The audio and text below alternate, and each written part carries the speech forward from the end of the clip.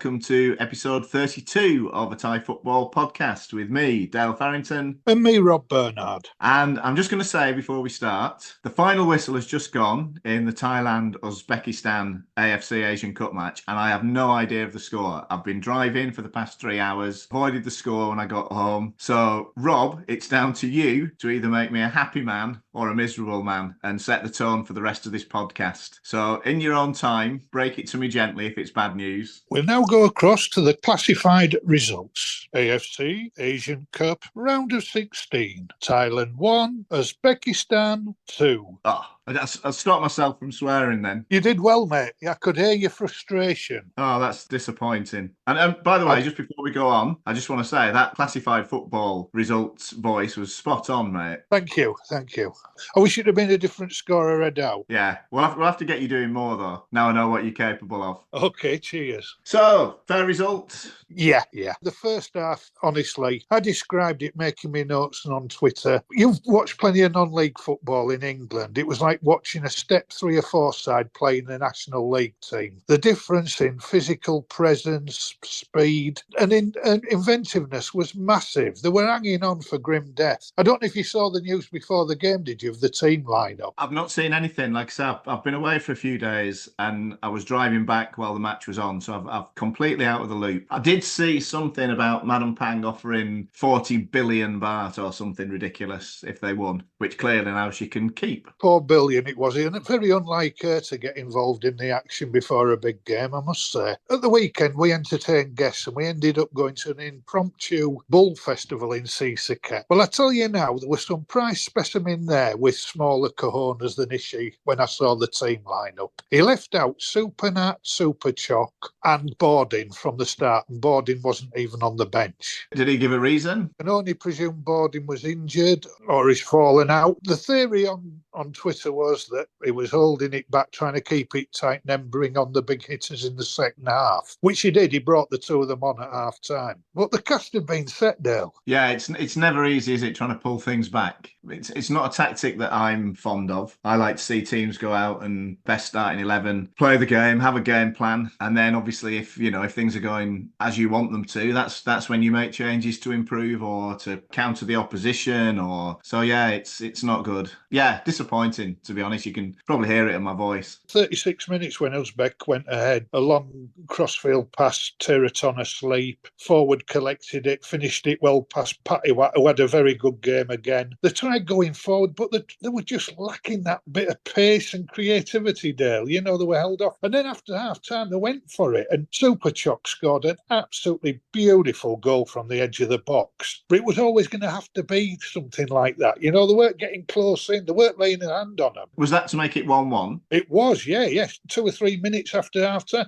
I thought the goal should go down to my wife, who missed the first half and came in for the second. Overall, then, what have been your impressions of the tournament? I mean, we kind of went into it not expecting that much, but the performances have been pretty good, I think, haven't they? They have, but it summed it up to me. That's as far as they'll ever go. And it's not because they're bad footballers. They're just not big and strong enough, Dale. Teams like that will just brush them aside time and time again. They tried towards the end, but the amount of set pieces, and they were giving away a footing advantage, in the air. You can't do that. You're not going to beat teams, are you? Teraton was shocking, by the way. Absolutely shocking tonight. I hope that's his last game. I think it's probably time, isn't it? Changing of the guard. If Ishii does stay, I mean, I think he'd only signed a contract, hadn't he, to cover this tournament. So if he does stay, I think we might see some big changes, some fresh blood brought in. I mean, there's 2 ways of looking at it, isn't there? Ishii had a free punch because he knows he can't lose. He can walk away to another job. He could try anything he wanted. And I wonder if he was just trying to be a bit too smart tonight, or if he'd come to the same conclusion as most sane watchers, that that's as good as they are. God, they miss Tirasin somewhat Rottendale, they do. That guile, that creativity, that nous. Yeah, but he's not around for much longer either, is he, even if he gets fit again? What is he now, 35, 36? He is, but just play him in the hole for a while. Give it a go in the World Cup qualifiers. There's absolutely nothing to lose now in those games. You might as well go down and get spanked, haven't you, than playing bloody 10 men behind the ball. Honestly, it was like watching Sisaket that first half. Right, well, we've got to pick ourselves up, dust ourselves down, And we'll do your roving report now, Rob. So would you like to introduce it? Yeah, I had the pleasure at the weekend. I had some friends over and they brought me luck. Yeah, visiting from Scarborough. I hope Sean and Tracy enjoyed Sisaket and the province as much as my wife and I did, showing them round. And they saw the best game of the season, which ended in a 2-1 win for Sisaket United against Muang Thong United. Rob's Roving Report. The match in T3 North East has ended Sisaket United 2, Muang Thong United 1. And what a difference a few weeks makes. The coach at Sisaket seems to have turned over a new leaf. I don't know whether he's taking something. He's had them defending like crazy. And to be fair, when the equaliser went in on Saturday, that was the first goal Sisaket United have conceded in 948 minutes. That is some record. But it appears that he's turned his concentration to attack. I don't know whether it's because Sarakam are pushing for the title, but this was a fantastic game of football. First half, both teams going for it from the start. Happy Det, excellent diminutive midfielder for the visitors. Former Buriram United, he's been farmed out to a few clubs without making a first team appearance at the giant Isan club. He was very good. But a free header after 20 minutes on the back post from the reliable Panagazzi put the horse ahead. There could have been more chances and more goals. Panagazzi hit the post. Danilo was getting stuck in and making the most of his physique. He was up against a giant defender, Makan Diawara for Muang Thong, having a fine game holding the big Brazilian up. After half-time, it didn't take long for the substitute. Kamonchai, he'd only just come on. 2 minutes later, he found space on the edge of the box. He was fed, and he shot low into the corner. Well, Sisaket continued to go forward. They looked a bit dangerous on the break, did Muang Thong. Could have gone either way, and there was worrying signs for the hosts when Panagazzi hobbled off with about 15 minutes to go. They continued to attack. To be fair to them, they gave everything, and Begin having a good game again, the new signing. It looked like it was all up. Some frenetic defending, keeping them at bay. Shots going narrowly over or being blocked. Then in stoppage time, Danilo turned inside in the area and bent an exquisite shot into the far top corner to send the crowd wild. A fantastic game of football. Everyone in the home section stayed behind to give Muang Thong a standing ovation. They appreciate the football in Sisaket. So that keeps them at the top of the table, but with Sarakam's win on Sunday, winning 4-3 after being 4-0 up against Udon United, if Sarakam win the game in hand, they will overtake Sisaket. Both teams got interesting fixtures on Wednesday afternoon. Sisaket at home to Surin City. Sarakam travel to Ubon, which won't be easy. It's still all up for grabs in T3 North Eastern. The final score, 2-1 to Sisaket United.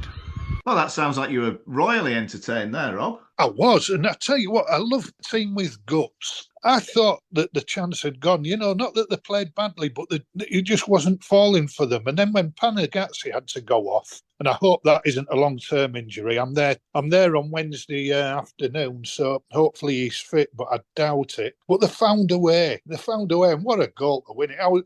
Honestly, I try not to get too involved because it's got a habit of letting you down. But I was out of my seat jumping around like a loon on Saturday, yeah. So what do you think's brought about this change of heart then and change of approach? Has he been listening to the podcast? I wouldn't have thought so. I'm not quite sure. The new guy, the Cameroonian guy, and Beggin's an improvement. It's ever so strange. Danilo, when they drew 0-0 at Ubon the other week, he stormed down the dressing room. His Brazilian mate was missing that game. So whether they've had a bit of a fallout and what have you off the pitch and an honest heart-to-heart, I don't know. But honestly, the improvement in entertainment value on Saturday was just incredible. It was a fantastic game to watch. I mean, my friends Tracy and Sean go to Tero whenever they're in Thailand, and they said, I wish it was like that every week there. Hi, my name is Isaac, and I'm listening to a Thai football podcast. Okay, we're going to move up a division now, and we've got a report from T2, one of the surprise results of the weekend when high flyers Nakhon Ratchasima were held by bottom of the table Krabi. And Swat Cat fan Mark Loveridge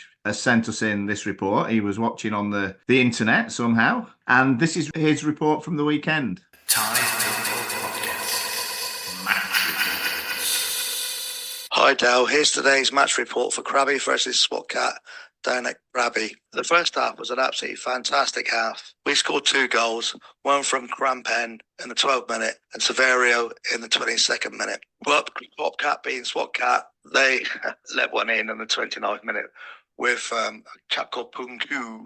We just fell apart then really after that. In the second half, it was all Krabi. I got to say, they're a good side, Krabi. They defended well. They outplayed us, even though the pitch was like a play field. And their second goal in the 84th minute by Wisep Bambung Churon. What a worldie. Eye on the D, hit it on the volley. Our keeper had no chance. One thing I'd like to add to that is we flew in with AirAsia. I know they're a partner of ours, but it must have cost the club £2,000. So I feel sorry for Krabi because they've got to fly in every time and it must cost them about the same. So I can understand why they're bottom because they've got no money. It's a great little club though, apart from the pitch.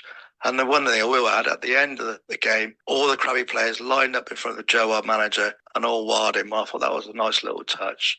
Anyway, here's my report for today's game. Thanks, everybody. Cheers. So there you go. That's Mark. Feeling a bit crabby, actually, with his team dropping points there. I'm not sure whether Mark's voice had gone shouting at the screen or he's been to a Barry White tribute gig. But all credit to Krabi. And he makes a good point, doesn't he, about travel costs. Funny enough, it's the one game I've seen when I went to Krabi was against Karat. It absolutely bounced down, but it was a Saturday evening and they were determined to play it, you know what I mean, with the travel costs. So what's the stadium like? It's in fact, I've never been to Krabi. I never visited the island and so obviously never been to the football ground. What's it like down there? I would recommend it for a stay. There's the sort of Western resort where most people emanate to, but Krabi town itself's very charming.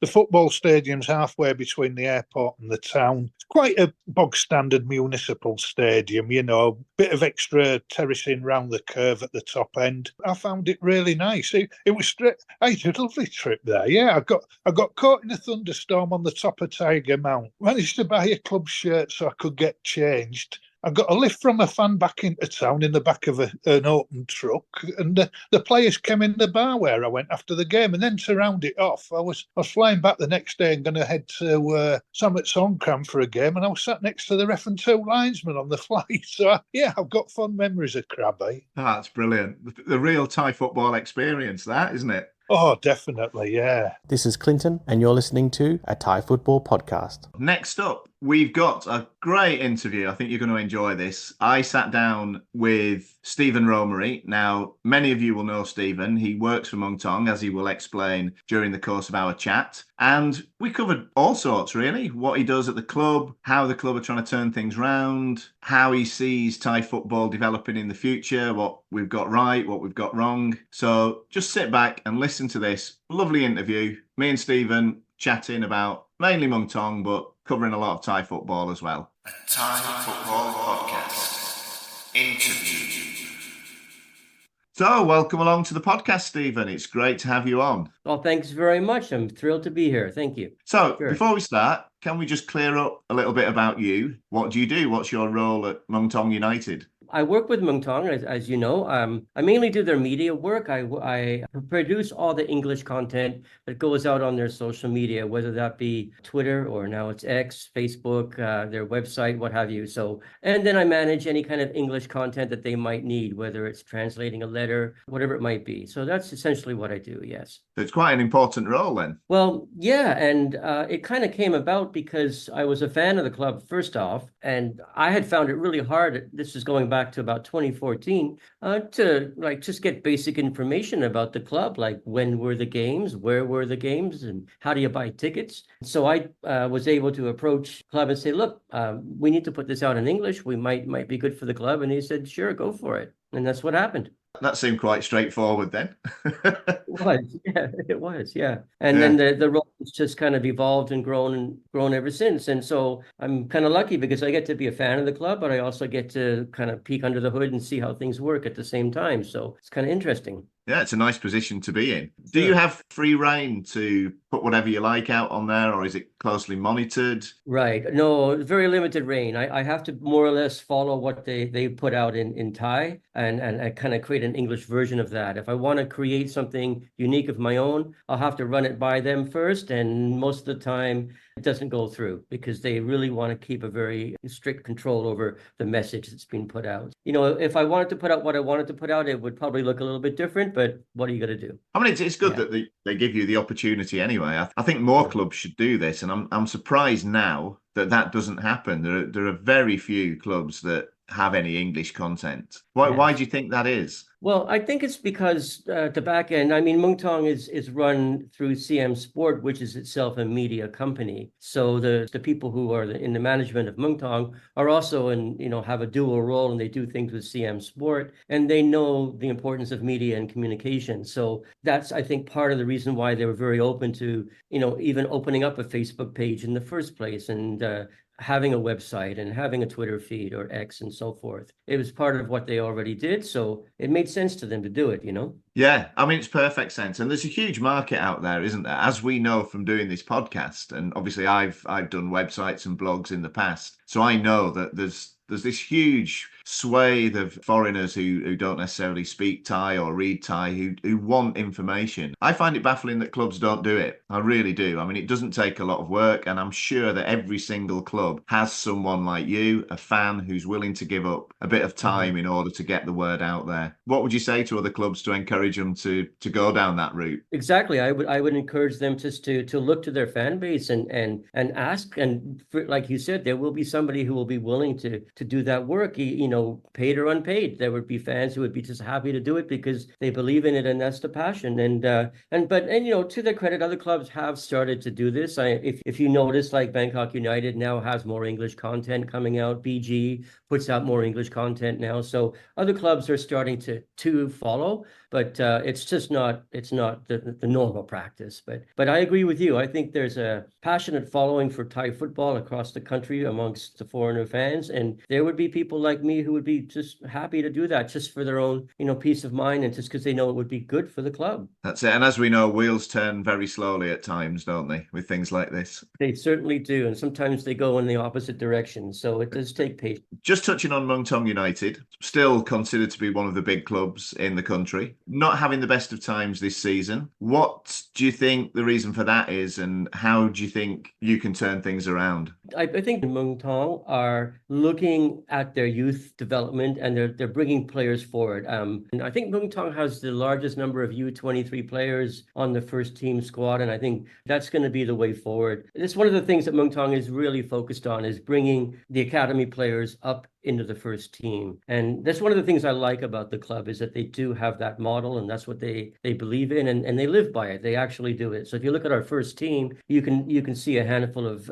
academy players who are there have this idea. So I think that's one of the ways things are going to turn around. But I also think too that part of it is just it comes down to dollars and cents and money, and you have to be able to spend the money to make this work. And we lost our title sponsor a few seasons back when SCG pulled out, and that was devastating. And so we've been rebuilding since then and trying to maintain a lot of the things we had on a very tight budget. So it's difficult. It's certainly good when you see these things, and it's good for the future of the game. It's good for the future of the clubs. It's just having that patience, isn't it? We had Grant on a couple of weeks ago, and he was talking about academies and schools. And one of the things that cropped up was the fact that things have to be instant. And so just having the patience to develop these players, and with an eye on the future, I think is something that is quite important, isn't it? I mean, in the long term, it will save them money because they'll be developing these players themselves, and it'll benefit the national team as well. Exactly right. And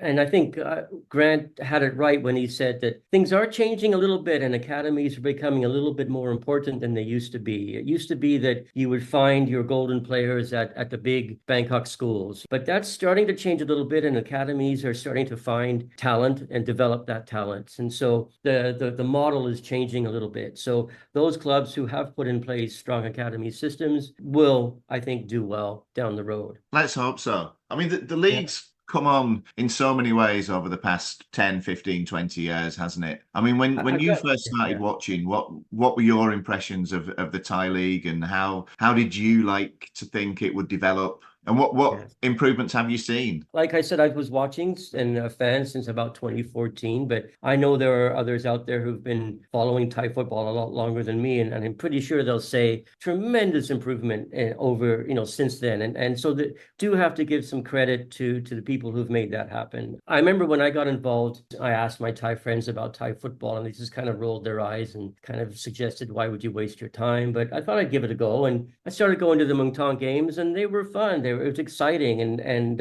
it's rare that you could get into a stadium where you could be so close to the pitch and really enjoy the game. And I did enjoy the games, and I just kept going. And I do like to see that since I got involved, things have improved. You can find all the fixtures on the Thai League website. That was unheard of before. I think refereeing has taken, though some might disagree, but I think refereeing has improved significantly. Not so much because of VAR, but there was an attempt to actually train up referees and give them the skills that they needed to do well. And we have, one of our referees in the Thai League is now at the AFC Cup refereeing games. So there's quality there in the referees as well. So I think there have been some improvements in these kinds of areas. Stadiums, I think, have gotten better, and just the communication side of things has gotten better. Got to say that there has been some good improvement over the years. I would certainly agree with that. And one thing that always crops up is the attendances. Now, it's a difficult one for me, because when I started going to watch Thai football, if you got into three figures, you were quite lucky. So even having the conversation about attendances at that time would have seemed impossible. But obviously we had that boom in 2009 when crowds started flocking to games. And obviously when people come to Thai football, as you said yourself, you came into it 2014. So your expectations were probably slightly different. And I see the comments on social media from people talking about crowds, and even to have crowds of 3,000, 4,000, 5,000 20 years ago would have seemed impossible. Do you think we've plateaued, or do you think we can do more to attract more fans to the stadiums on match days? We've already talked about the dormant foreign population who could be attracted with more English content, but what about locals as well? The attendance figures, like you said, were from 2009, when the league kind of became more official, up until about 16, 17 it was every year was getting better and better with more people. So you were having attendance averages of in the thousands. And I think the Muang Thong average fan attendance in 2018 and 17 was around 6,000, 7,000. Really strong numbers. Since then, of course, we had the COVID thing, and it hasn't come back. And this to me is a bit of a worry. The only club that's been able to bring their attendance back above pre-COVID levels is Buriram. All the other clubs, if you compare 2018-19 attendance to the current year's attendance, it's well down. Nobody's come back to where it was before. And that's a worry. And I ask my Thai friends and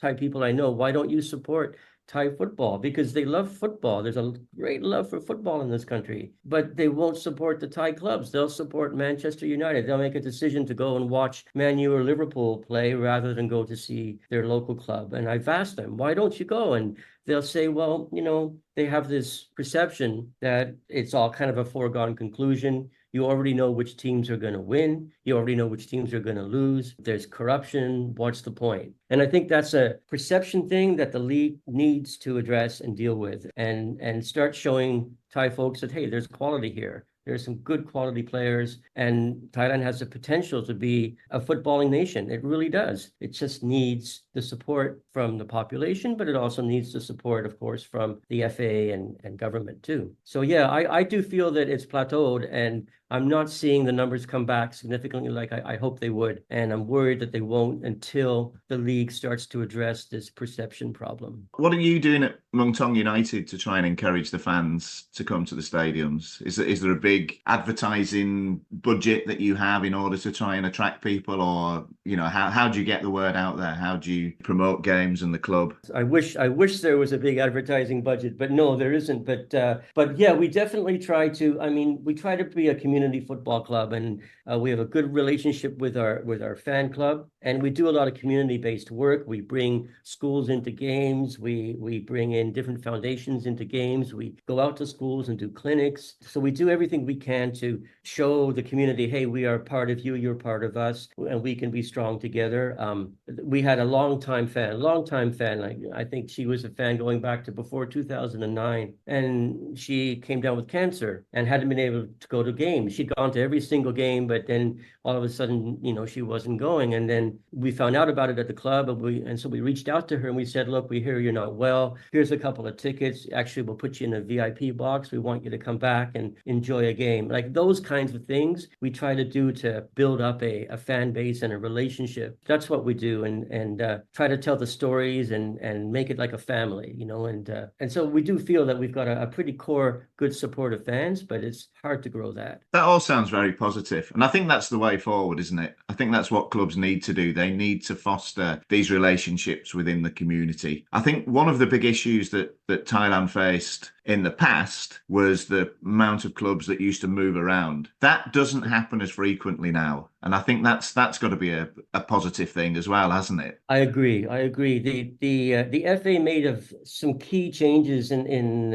I think it was about 2015, 16, 17 around club licensing, and it became much more professional. And so it was harder for a club to just suddenly open up and close down because there were all these regulations, requirements that you had to meet in order to do that. And so I think that helped make the game a little more professional and to stop that. So again, some good things that the FA has done, but the key thing I would really like to see the FA do, as well as the perception issue, is just, we have, what's the population of Thailand? I think it's about 72 million people, right? So we have enough people here to be a footballing nation, but what we don't have is the grassroots kind of infrastructure to make it work. And the English FA has done a fantastic job of this, and they've got a very well thought out and planned and funded grassroots program, and you can see the result of that with the national team. But here, you just don't have it. And I've traveled around the country. I've gone to rural areas, and I can always find a little grass patch somewhere and a bunch of kids playing some kind of makeshift ball on some kind of makeshift field. Like, the passion is there, the love of the game is there, but there's no systemic way of building up that talent and finding that talent as there is in other nations. And so that commitment is what's needed from the FA, and that means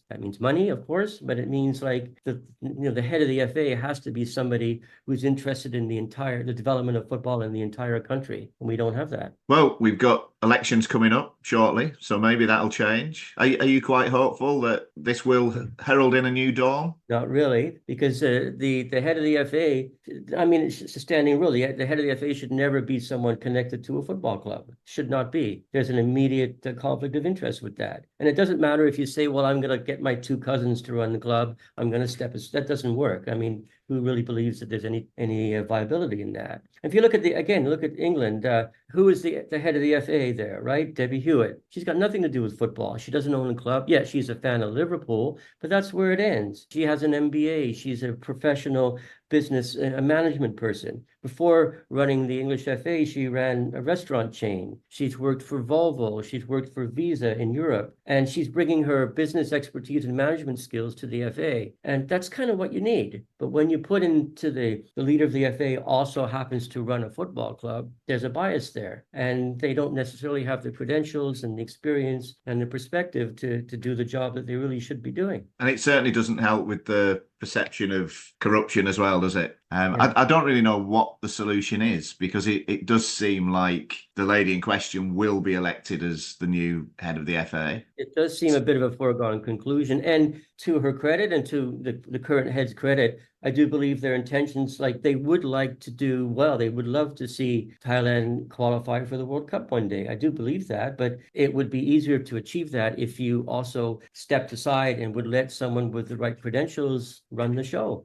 That's what's needed, really. And so there's a political will there that's going to be required, but it requires funding too. And that's another side of it. And how do we get the balance right I mean, in my time supporting Thai football, the national team has always been the priority, and that's still the case. You know, we get these occasions when there are breaks in the league, which you can understand for the current tournament that's on. I totally get that, and I'm totally behind it. But they do seem to be the priority. And this goes back to what we were saying earlier about how do we develop the league. What would you suggest would be a good way to do the two things in parallel so that both the league system, the grassroots level, the coaching, the academies improve, and also the national team? As in England, one would naturally give way to the other. If you have a very well-developed grassroots system and you're developing talent, that's going to feed itself into the local clubs and eventually into the professional leagues. It's going to raise the level of Thai football, and at the same time, that's going to raise the level of the national team. We also have the question of like Muang Thong is very much supportive of the national team. So we've given up many of our players to go and play outside of Thailand so that they would develop, so that they would then, come back and be stronger for the national team. That's their vision. But what's needed is like a strong cohort of players with talent and skill coming up from the grassroots level to fill the gap when we do lose these talented players. So I do believe that when you build up a strong grassroots system and you develop talent across the country, you're going to be able to build the league and you're going to be able to build the national team at the same time. It's obviously something you feel very passionately about. And I think you're not alone there. I mean, there are a lot of us out here who feel the same way. And it does get frustrating, doesn't it, at times? It does, for sure. But I try to take the long view. And as we said at the top of this, yeah, Thai football has improved remarkably when I go back to 2014, boys, it improved. And then if you've been in the game even longer than that, you can definitely see, wow, what a difference it is. So if we project that into the future, okay, maybe things are going to be fine, but it does take a long time. That's the worry. So can we end on an optimistic note, Stephen? What are your hopes for the future for Thai football? Where will we be at 10 years from now, do you think? Or where would you like to see us 10 years from now? I do believe that the core, that the love of football in the country is very strong at all levels, at the top political level and at the local community level. There's a love of the game and there's a desire for Thais to do well in football. And I think that's going to win out. And I think the changes will come that need to come. It's just going to take time. And it's going to take people like yourself, talking about this and talking to Thais and Thai people talking about this. It's going to take time, but I do believe we'll get there. It's just going to be a process, and it might be 10, 15 years. I was hoping, okay, the 2032 World Cup? I was thinking maybe no, but no, Thailand can't make that one. So it might be a while before we get there, but I do believe we are going to get there. That's a great place to end it on a very positive note. So thank you very much for taking the time to come on and chat, Stephen. And thanks for everything you do at Muang Thong as well. I think it's an important role that you fulfill there. And also in liaising with the club as well. I think that's important that they recognise there is a market and they're willing to give someone like you the chance to work at the club to spread the word. It's great. And I just hope more clubs do that in the future. I think it is one of the ways we can achieve some of the aims we've just talked about. So thank you. I would agree. Thanks, Dale. And also, the podcast that you've put together is I'm really happy to see that this has come out because, and I'm telling everybody I know about it, because the more people who are thinking about this and having their voices heard, the more it becomes a reality that things will get better. So thanks for that. Well, I have to say, Stephen, thanks ever so much for coming on the show. What a fantastic insight that is. And I couldn't agree more about having the right people in the right positions, in the right job. And I so enjoyed it. I really did. But he's a fascinating bloke, Stephen. I've been wanting to get him on for a while now. So it was great that we could find a slot that we were both free to talk. Obviously, being involved at the club, he does have those insights that, many of us aren't privy to. So he's got a little bit of an inside track there. Obviously, a lot of things he couldn't discuss. But yeah, it was a fascinating interview, wasn't it? He speaks a lot of sense, Stephen, I think. He certainly does. And I do tend to agree with him about the attendance is plateauing, I have to say. We're going to find other ways or just accept where we are. Invest in youth football and get some decent pitches from a play on, please. Yeah, as regards attendances, I think you're right. I think that this is it. I don't think we're ever going to go back to those days, aren't we? Where, we're going to get massive crowds again. I just don't think there's the interest there. That was pretty much a one-off. But it would be nice, wouldn't it, for clubs to try and attract more people. And as he was saying, they do a lot in the community. I noticed they had trials this weekend.